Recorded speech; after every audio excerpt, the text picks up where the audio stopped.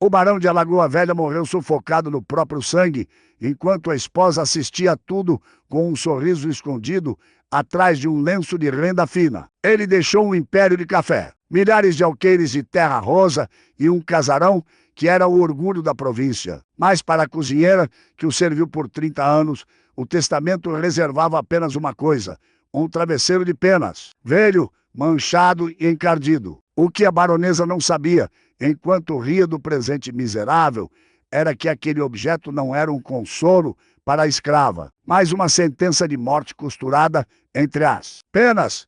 O barão transformara aquele lixo em um cofre de segredos que poderiam destruir a linhagem dos Alagoa Velha para sempre. A fazenda das Amoreiras sempre foi um lugar de silêncios pesados. O cheiro de café torrado se misturava ao cheiro de suor e de medo que subia da senzala todas as manhãs. O barão, um homem que já fora forte e impiedoso, passou seus últimos meses definhando em uma cama de carvalho, cuspindo uma secreção escura que nenhum médico da capital conseguia explicar. Anastácia, a cozinheira, era a única que entrava naquele quarto sem tapar o nariz. Ela conhecia o cheiro da terra, o cheiro das ervas e, principalmente, o cheiro da peçonha. Enquanto trocava os lençóis suados do patrão, ela via os olhos dele fixos na porta, vigiando cada passo da baronesa. Isadora era 20 anos mais nova e tinha alma fria como o mármore das estátuas que mandara trazer da Europa. Ela não amava o marido, ela amava o poder que o sobrenome dele conferia. Nos últimos dias de agonia do barão, ela nem sequer fingia preocupação. Ficava na varanda, tomando seu licor, discutindo com o tabelião como seria a partilha dos bens. Ela queria as terras, o gado e, acima de tudo, queria se livrar de qualquer rastro do passado. Repare nisto, tem gente que acha que o silêncio da senzala é falta de voz, mas na verdade é o tempo que a justiça leva para amolar a faca. Naquela última noite, o ar na fazenda das Amoreiras estava parado, como se a própria natureza esperasse o último suspiro do velho. O barão chamou Anastácia com um gesto trêmulo. Ele não conseguia mais falar. A garganta estava destruída pelo que ele chamava de doença, mas que Anastácia sabia ser outra coisa. Com um esforço sobre-humano, ele apontou para o travesseiro que sustentava sua cabeça. Era um objeto simples, com uma mancha de café que lembrava uma cruz torta numa das pontas. Ele agarrou o braço de Anastácia com uma força que ela não sabia que ele ainda tinha e sussurrou algo que soou. Horas depois, ele estava morto. O velório foi uma encenação de dar nojo. Isadora chorava lágrimas secas, apertando um terço de ouro entre as mãos. Enquanto recebia as condolências dos fazendeiros vizinhos, a Anastácia observava tudo do fundo da sala, com o travesseiro debaixo do braço, sentindo o peso incomum daquele objeto. Ela sabia que o barão prometera sua alforria em vida.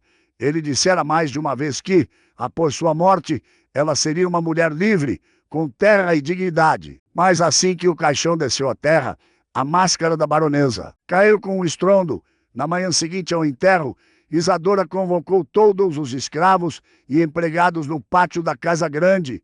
O tabelião, doutor Mendonça, um homem de óculos pequenos e expressão rígida, estava ao lado dela com um monte de papéis. Anastácia estava lá, com a esperança brilhando nos olhos cansados. Ela acreditava na palavra do homem a quem servira por 3 décadas, mas Isadora não. Estava ali para cumprir promessas. Ela pegou o documento que garantia a liberdade de Anastácia. Olhou para a cozinheira com desprezo que queimava mais que brasa e rasgou o papel em 4 pedaços. Diante de todos, uma escrava não tem direito a heranças, muito menos a promessas de um morto que já não batia bem da cabeça, sentenciou a baronesa, jogando os restos do papel no chão empoeirado. Você continua sendo propriedade desta fazenda e esse travesseiro que você carrega para todo lado. Me dê ele agora. É lixo e vai para o fogo. A Anastácia deu um passo atrás, apertando o objeto. Contra o peito, ela sentiu algo rígido lá dentro. Não eram apenas penas de ganso. Havia um volume estranho, algo que não deveria estar em um travesseiro. A baronesa avançou, a mão estendida, os olhos brilhando de uma desconfiança súbita. Se você não aguenta ver a verdade sendo pisoteada por quem tem dinheiro, inscreva-se no canal e me diga. Esse travesseiro era a proteção ou era o peso da consciência do barão? A tensão no pátio era tanta que ninguém ousava respirar. O capitão Alberto, chefe da guarda local, já levava a mão ao cabo da espada, pronto para intervir, caso a cozinheira desobedecesse à nova dona das amoreiras. Mas Anastácia, com a sabedoria de quem já viveu mil invernos, baixou a cabeça e entregou um travesseiro, só que não era o travesseiro do barão. Durante a madrugada, prevendo a maldade da sinhá, ela enchera uma fronha velha com palha seca e penas de galinha do galinheiro. A baronesa, cega pela própria arrogância, pegou o objeto falso e o jogou na fogueira que os capatazes tinham aceso para queimar as roupas de cama do morto.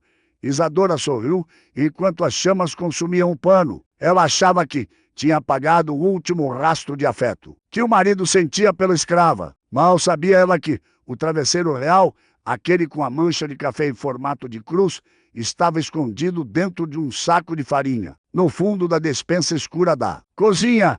Anastácia voltou para o seu trabalho em silêncio, mas seu coração batia como um tambor de guerra. Ela precisava descobrir o que o barão escondera ali antes que a baronesa percebesse o erro. Naquela tarde, enquanto a casa grande mergulhava em um luto de fachada, Anastácia se trancou em sua pequena choupana nos fundos da fazenda, com uma faca de cozinha bem afiada. Ela começou a descosturar a lateral do travesseiro. As penas de ganso, brancas e leves, começaram a voar pelo quarto, mas logo ela encontrou o que procurava. Não era ouro, não eram joias. Era algo muito mais perigoso. Primeiro, ela pousou um frasco de vidro pequeno com um resto de líquido escuro e viscoso no fundo. O lacre ainda estava lá. Era da botica de Rio Verde, a mesma onde a baronesa costumava mandar buscar seus tônicos de beleza. A Anastácia levou o frasco ao nariz e o cheiro metálico e amargo confirmou sua suspeita. Era arsênico, veneno puro. O barão não morrera de doença. Ele fora morto gota a gota, jantar após jantar, servido pela própria esposa, que agora se dizia inconsolável. Mas não era só isso. Entre as penas, envolto em um pedaço de couro para não estragar, havia um papel dobrado. Não era carta de alforria, era algo que valia ainda mais. Era uma nota promissória assinada por Isadora, datada de meses atrás, em que ela empenhava metade das terras da fazenda das Amoreiras para pagar dívidas de jogo contraídas na capital. O barão descobrira a traição e a ruína financeira que a esposa estava trazendo para a família. Ele guardara a prova do crime e a prova da falência no único lugar onde Isadora nunca pensaria em olhar, debaixo da própria cabeça. Em seu leito de morte, Anastácia sentiu um calafrio percorrer sua espinha. Ela agora tinha em mãos a sentença de morte da baronesa, mas também tinha assinado a sua própria, caso fosse pega. Se Isadora descobrisse que a cozinheira sabia do envenenamento e tinha as provas da dívida, Anastácia não seria apenas mandada para o tronco. Ela desapareceria nas matas e ninguém nunca mais ouviria falar dela. O perigo era real e estava batendo à porta. Lá fora, o som de botas pesadas se aproximava. Era João, o moleque de recados, que vinha correndo com os olhos arregalados. Ele se aproximou da janela de Anastácia e sussurrou com a voz trêmula que assim estava furiosa. Isadora fora ao quarto do barão e percebera que o travesseiro que queimara não tinha mancha de cruz. Ela percebera o truque. Os capatazes estavam vindo e tinham ordens de revirar cada centímetro da senzala e da cozinha. O suor frio escorreu pelo rosto de Anastácia. Ela olhou para o frasco e para a promissória. Se ela jogasse aquilo fora, perderia sua única chance de justiça e de liberdade. Se ficasse com aquilo, poderia ser morta em minutos.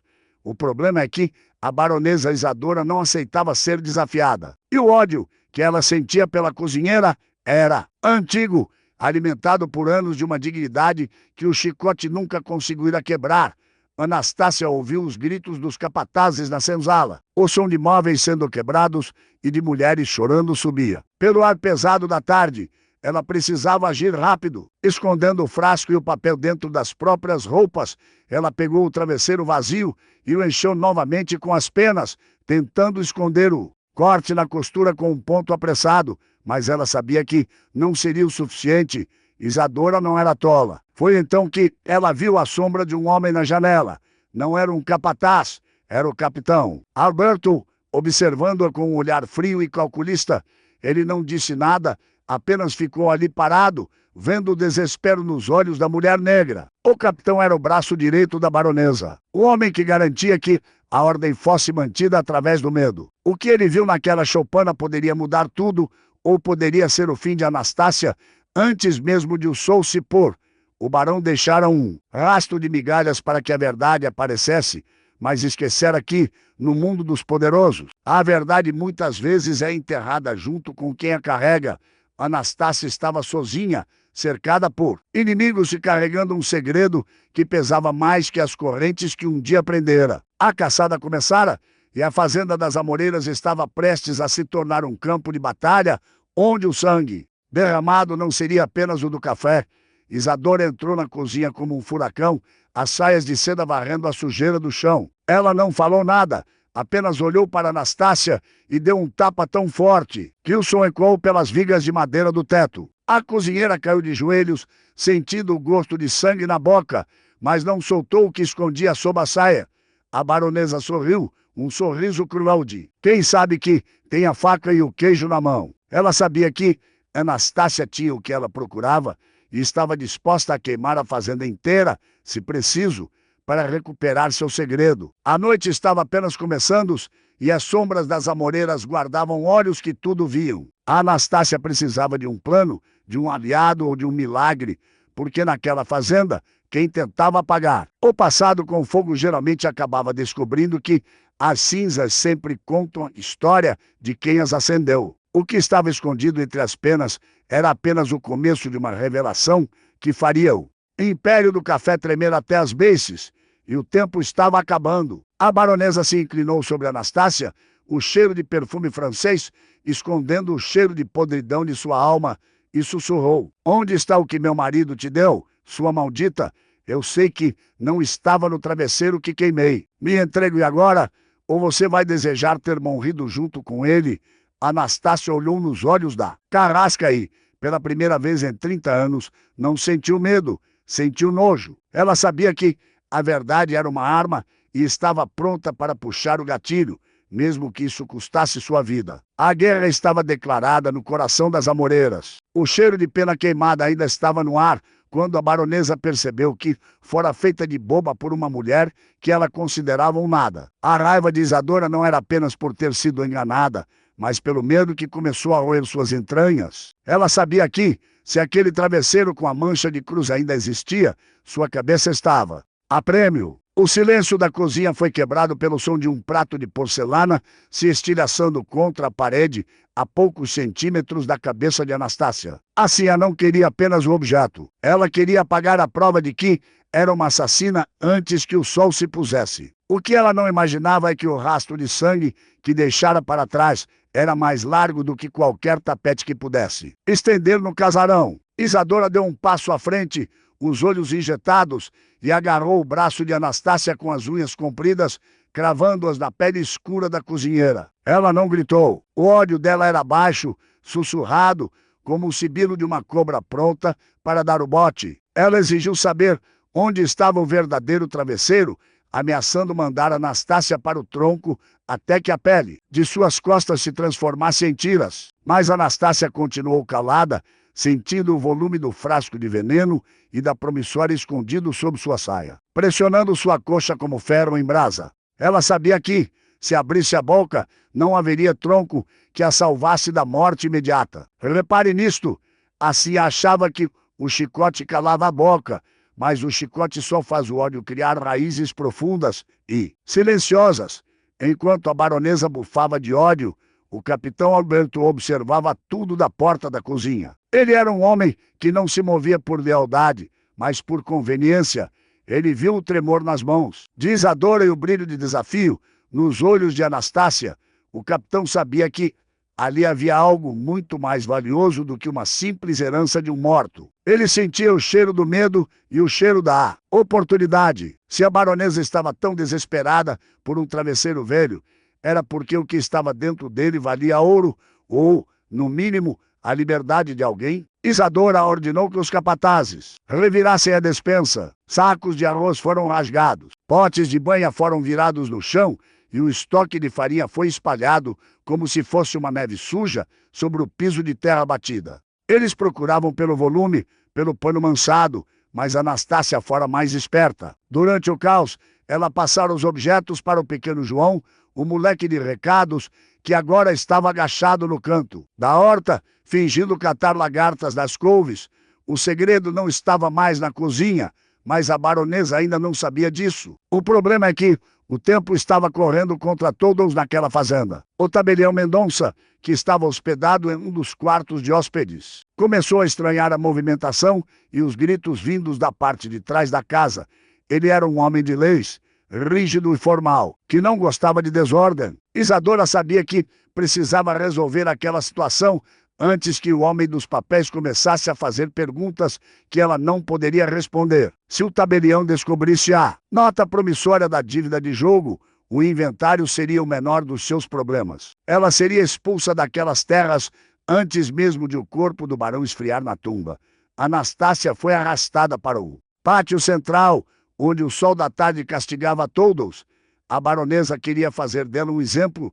Ela chamou o feitor e ordenou que trouxessem as cordas. O plano era simples. Se a dor não fizesse a cozinheira falar, o medo das outras escravas talvez fizesse alguém entregar o esconderijo. A injustiça ali era palpável, pesada como o ar antes de uma tempestade.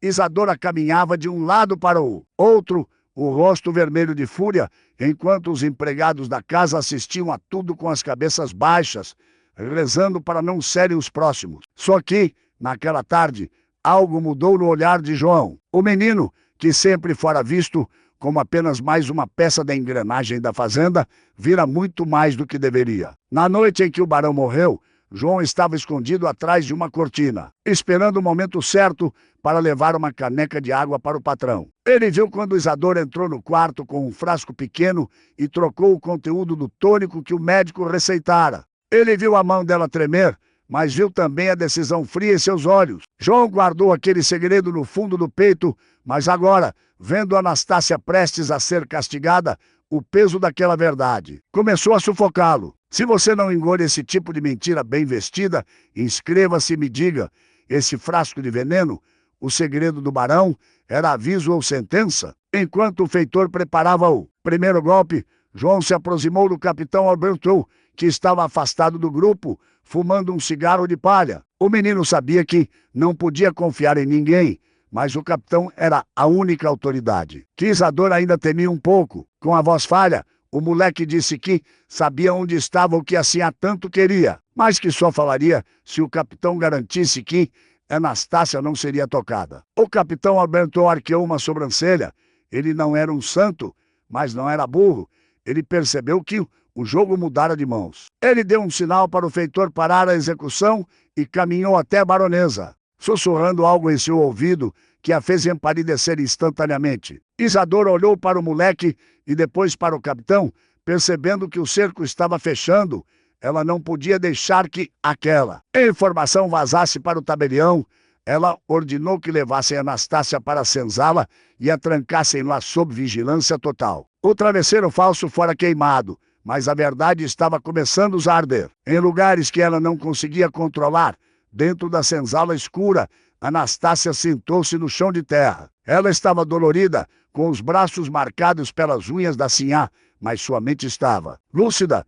Ela sabia que João tentara ajudá-la, mas também sabia que o capitão agora era um perigo ainda maior. Se o militar ficasse com as provas, ele as usaria para chantagear a baronesa e ficar com uma parte da fortuna, e Anastácia continuaria sendo uma escrava, ou pior, uma testemunha que precisava ser eliminada. Ela precisava agir. O segredo do barão não era apenas para derrubar Isadora. Era para garantir que a justiça fosse feita de verdade. Foi aí que Anastácia lembrou do diário de contas que o barão mencionara em seus últimos delírios. Se o frasco era a prova do assassinato e a promissória era a prova da ruína financeira, o diário era o mapa que explicava como tudo acontecera. E ela sabia exatamente onde ele estava, costurado dentro do forro do próprio travesseiro que ela conseguira esconder. O objeto não continha apenas o veneno, continha a confissão silenciosa de um homem que sabia que ia morrer e que não confiava na própria esposa para levar seu legado adiante. A noite caiu sobre a fazenda das Amoreiras, mas ninguém dormiu. O som dos cães latindo ao longe e o movimento das tochas dos capatazes criavam um cenário de guerra. Isadora, trancada em seu quarto, bebia uma garrafa inteira de vinho, tentando acalmar os nervos.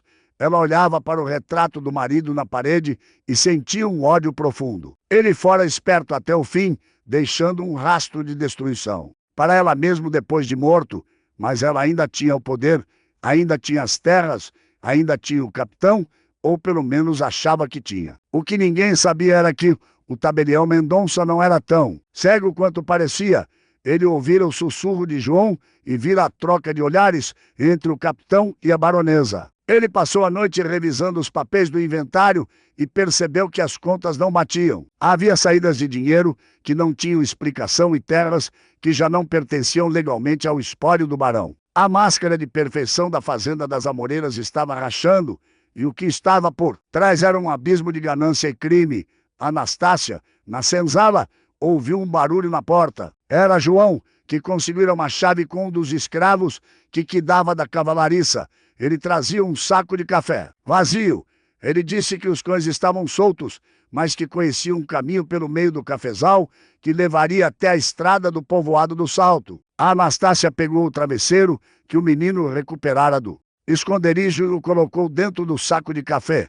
Era hora de fugir. Se ficasse ali, seria morta por Isadora ou silenciada pelo capitão. A fuga pelo cafezal foi um pesadelo de sombras e galhos que arranhavam o rosto. O cheiro das flores de café, que geralmente era doce, agora parecia sufocante. A Anastácia corria com o saco de café apertado contra o corpo, sentindo o peso da responsabilidade. Cada passo que dava era um passo em direção à liberdade, mas também em direção ao confronto final. Ela sabia que a baronesa não demoraria a perceber sua ausência e que a caçada seria impiedosa. E então, no meio da escuridão, ela ouviu o som de cavalos.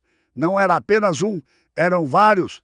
Isadora enviara seus melhores rastreadores. O brilho das tochas começou a filtrar entre as fileiras de pés de café, cortando a noite como lâminas de fogo.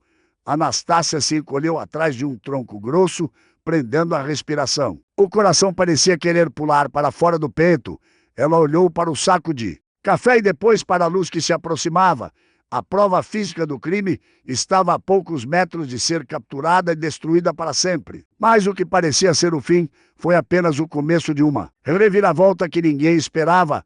O capitão Alberton não estava com os capatazes da baronesa. Ele estava cavalgando à frente de um pequeno grupo de soldados da guarda local, e ele não parecia estar ali para ajudar Isadora. Ele tinha seus próprios planos para aquele travesseiro e para o que ele representava. A guerra pelo legado do Barão de Alagoa Velha acabara de subir de nível. E Anastácia era a peça central de um jogo onde a vida valia menos que um pedaço de papel assinado. E quando perceberam que a cozinheira não estava mais na senzala, já era tarde para voltar atrás. A verdade tinha pernas e estava correndo pela escuridão. A Anastácia rastejava pela lama do cafezal, enquanto o som dos cascos dos cavalos fazia a terra tremer sob seu peito. O cheiro de terra úmida e mato amassado impregnava suas narinas, mas ela não ousava limpar o rosto. Cada movimento era calculado para não balançar os galhos carregados de frutos vermelhos que brilhavam sob a luz das tochas, como gotas de sangue penduradas. Ela apertava o saco de café contra o estômago, sentindo o volume rígido do frasco de arsênico e o papel da promissória. Se um daqueles homens a visse, o segredo do barão morreria ali mesmo, enterrado em uma cova rasa entre os pés de café. O que a baronesa Isadora não entendia era que o medo de uma mulher que já perdeu tudo é mais forte do que a ganância de quem teme perder o luxo. Lá no casarão, Isadora estava perdendo o controle. Ela andava de um lado para o outro na sala de jantar, as mãos tremendo tanto que o licor transbordava do cálice de cristal. O silêncio da casa, que antes era sinal de autoridade, agora parecia uma zombaria. Ela olhava para as cinzas na lareira, onde o travesseiro falso sumira, e sentia um frio que vinha. De dentro, ela sabia que o marido era um homem meticuloso. Se ele esconder aquelas provas, ele deixara um rastro. O problema é que o rastro levava direto para o pescoço dela. Repare nisto. A crueldade tem pernas curtas quando a verdade decide começar a correr. Isadora chamou o feitor, um homem de braços grossos e alma cebosa chamado Jesuíno. Ela deu uma ordem clara. Não era para trazer Anastácia viva se ela oferecesse resistência, mas o que a senhora realmente queria era o saco de café. Traga o que ela estiver carregando, ela disse, a voz rouca de tanto ódio. O resto você joga no rio. Jesuíno montou em seu cavalo baio e saiu em disparada, seguido por 2 capatazes armados com garruchas. A caçada não era mais por uma escrava fugitiva, era uma operação de limpeza para garantir que o império das Amoreiras não desmoronasse antes do amanhecer. Enquanto isso, Anastácia alcançou a beira do riacho que cortava a propriedade. A água estava fria e corria com pressa, fazendo um barulho que ajudava a abafar seus passos. Ela sabia que, se cruzasse a água, os cães perderiam o rastro, mas a subida do outro lado era íngreme e cheia de pedras soltas. O cansaço físico começou a cobrar o preço. Suas pernas, acostumadas ao chão plano da cozinha, queimavam. O peso do travesseiro dentro do saco parecia ter dobrado. Foi aí que ela ouviu o estalar de um galho seco logo atrás dela. Não era um bicho, era o som de uma bota de couro prensando a madeira. Ela se virou, o coração batendo na garganta, e deu de cara com o capitão Alberto. Ele estava sozinho, parado na margem, com a mão apoiada no punho da espada. O reflexo da lua na água iluminava o rosto dele, que não mostrava nem raiva, nem piedade. Ele era um calculista. Ele sabia que Jesuíno estava vindo com ordens de matar, mas ele tinha seus próprios interesses. Alberto deu um passo à frente e Anastácia recuou até a beira do barranco. Me entregue o saco, Anastácia, disse o capitão, com a voz calma, quase um sussurro. Eu sei o que tem aí dentro. O moleque João fala demais quando está com medo. Se você me dar isso, eu deixo você sumir na mata e digo que a correnteza te levou. Se esperar o feitor chegar, você sabe o que acontece. Anastácia olhou para o capitão e viu apenas outro tipo de corrente. Isadora queria as provas para destruí-las. O capitão as queria para se tornar o dono oculto da fazenda, chantageando a viúva pelo resto da vida. Nenhum dos dois se importava com a justiça. Nenhum dos dois se importava com a liberdade que o barão prometera a ela. Se você não engole esse tipo de mentira bem vestida, inscreva-se e me diga. Essa prova, o frasco de veneno e a dívida. Era aviso ou sentença de morte para todos eles. A Anastácia não entregou o saco. Ela olhou para o capitão e disse a única coisa que ele não esperava ouvir. O barão não me deu isso para ser vendido, capitão. Ele me deu isso para ser lido. Antes que Alberto pudesse reagir, o som de gritos e tochas se aproximou pela trilha de cima. Jesuíno e seus homens tinham encontrado o rastro. O capitão amaldiçoou a sorte, sacou a arma e apontou para Anastácia. Ele estava dividido entre a ganância e a necessidade de manter as aparências diante dos capatazes da baronesa. Foi nesse momento de hesitação que um terceiro grupo apareceu na confusão na fazenda, decidira partir de madrugada para a vila, levando consigo os rascunhos do inventário. Ele não aguentava mais o clima de tensão nas amoreiras. A carruagem parou bruscamente quando os cavalos se assustaram com as tochas de Jesuíno.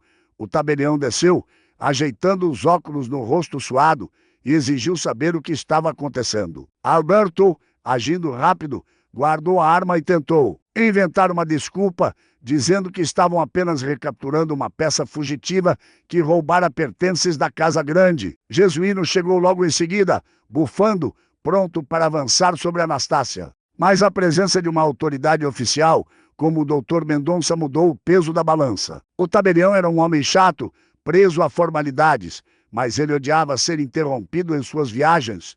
Que roubo? Que pertences?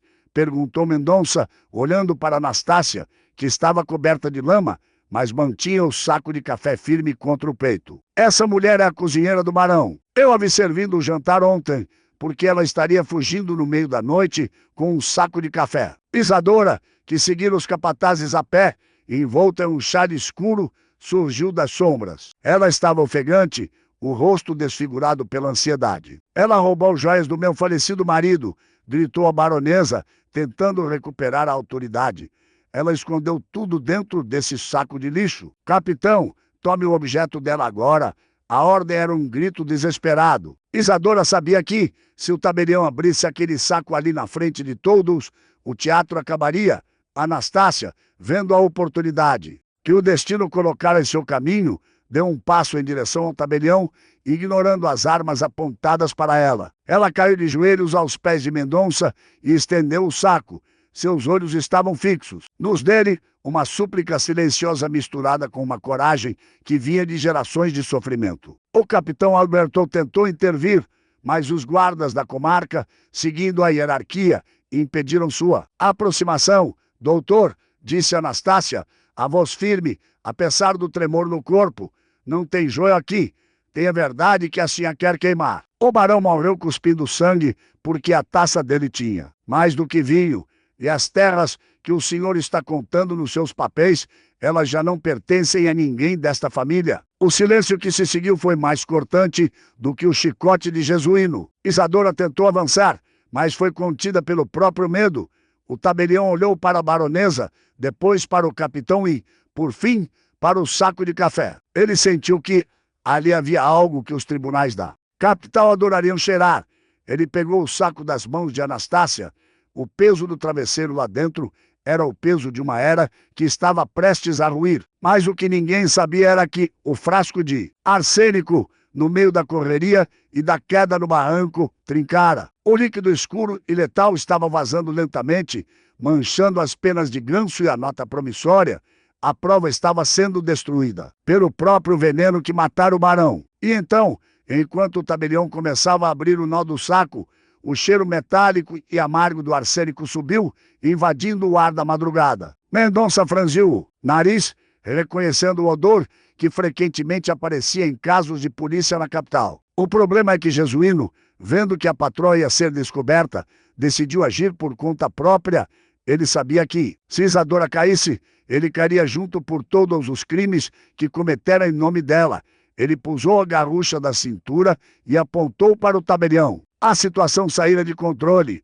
O que era um inventário de fazenda estava prestes a se tornar uma carnificina à beira da estrada. E quando perceberam que a verdade não aceitava mais ser escondida, já era tarde para qualquer um ali sair ileso. A prova física estava nas mãos da lei, mas a lei estava sob a mira de um assassino. O cano da garrucha de Jesuíno estava a poucos centímetros do rosto do tabelião Mendonça. O som do cão da arma, sendo puxado para trás, foi um estalo seco que cortou o barulho do vento nas árvores. Naquele momento, o silêncio na estrada do povoado do Salto era absoluto. Ninguém ousava se mexer. Os guardas da comarca, em desvantagem numérica, hesitavam. A baronesa Isadora, com os cabelos desgrenhados e a dignidade jogada na lama, parecia uma assombração sob a luz das tochas. Ela não era mais a grande dama das amoreiras, era uma criminosa acuada. E o cheiro do medo que ela exalava era mais forte do que o perfume caro que usava. Mas o que ela não percebia era que o veneno, que usara para matar o marido, agora estava agindo contra ela, e de uma forma muito mais rápida. Anastácia, ainda de joelhos, apontou para o saco de café que o tabelião segurava. O líquido escuro que vazava do frasco quebrado dentro do travesseiro estava começando a corroer o pano. Uma mancha amarelada e úmida se espalhava, e o cheiro de amêndoas amargas, o cheiro da morte silenciosa, tomou conta do ar. O tabelião Mendonça, apesar da arma apontada para sua cabeça, não desviou o olhar. Ele era um homem que vivia de fatos, de provas registradas. E o que ele estava vendo e sentindo? Ali não era uma alucinação de uma escrava fugitiva, era a prova física de um crime bárbaro cometido no coração da aristocracia do café. Abaixe essa arma, Jesuíno, ordenou o capitão Alberto, a voz saindo como um trovão. Se você atirar em um representante da lei da capital, não haverá mato neste império que consiga te esconder. Você será caçado como um bicho e a sua patroa não vai poder te salvar da forca. Jesuíno hesitou. O feitor era um homem de violência, mas não era um suicida. Ele olhou para a baronesa, buscando uma confirmação, um sinal de que ela ainda tinha o controle da situação. Mas Isadora estava em transe. Ela olhava afinamente para o saco de café, vendo sua vida de luxo e poder escorrer pelos dedos do tabelião junto com aquele líquido viscoso. Ela percebeu que o barão, mesmo em sua agonia final, fora mais brilhante do que ela jamais supusera. Ele não apenas guardara o veneno, ele o colocara em um frasco que carregava o selo da botica onde ela tinha conta. Aberta, cada detalhe foi pensado para que, no momento certo, a corda se apertasse em volta do pescoço da viúva. Repare nisto, a ganância cega de tal forma que o criminoso esquece que o rastro que ele deixa é o mesmo que o levará para a masmorra. O tabelião, com as mãos trêmulas, mas firmes, terminou de abrir o saco. Ele ignorou a ameaça de Jesuíno e pousou o travesseiro de penas de ganso. O objeto estava pesado e encharcado em um dos lados pelo arsênico. Mendonça enfiou a mão na abertura que Anastácia fizera e pousou primeiro a nota promissória.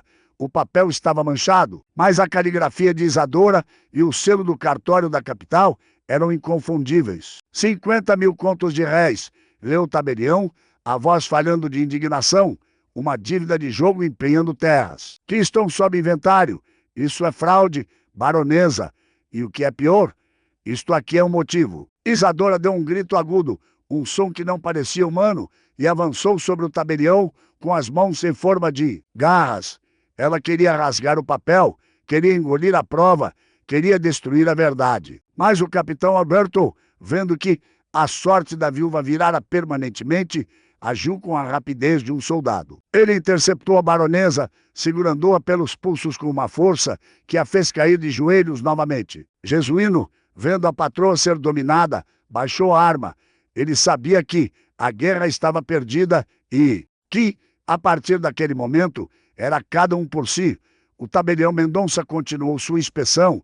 Ele pousou o frasco de vidro quebrado. O rótulo da botica de Rio Verde ainda estava legível, apesar de o arsênico ter borrado as bordas. Mas o que realmente fez o sangue do tabelião gelar foi o que ele encontrou escondido no fundo das penas, envolto em um pano de linho que o barão usava para limpar o rosto. Eram páginas arrancadas de um diário, escritas com uma letra trêmula, quase ilegível, datadas das últimas semanas de vida do senhor das Amoreiras. Anastácia, observando a cena, sentiu um alívio que quase a fez desmaiar.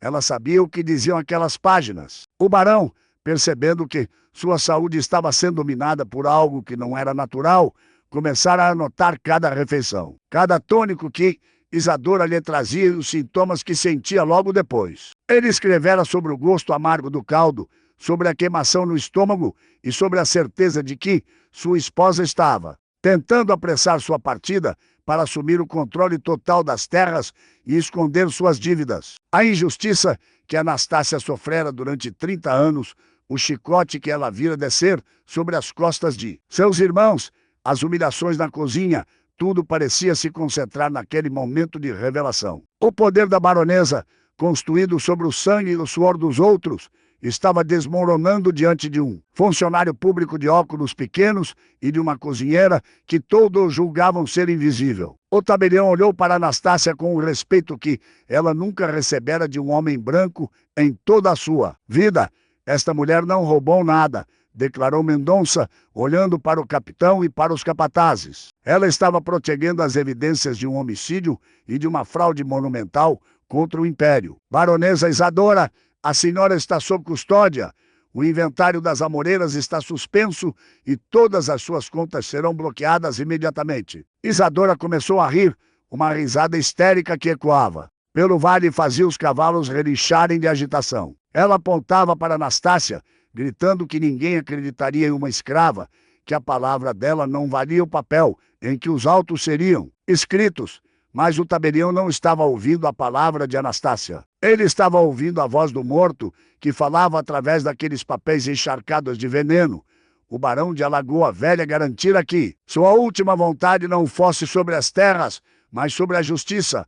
O problema é que o capitão Alberto ainda tinha um papel a desempenhar. Ele soltou os pulsos de Isadora e olhou para o tabelião. Ele sabia que, se levassem a baronesa para a vila, muita gente poderosa seria arrastada junto com ela. As dívidas de jogo eram com nomes influentes da província.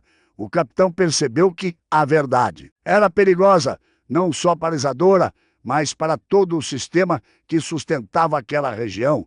Ele olhou para Jesuíno e depois para Anastácia. A tensão, que parecia ter diminuído com a revelação, voltou a subir.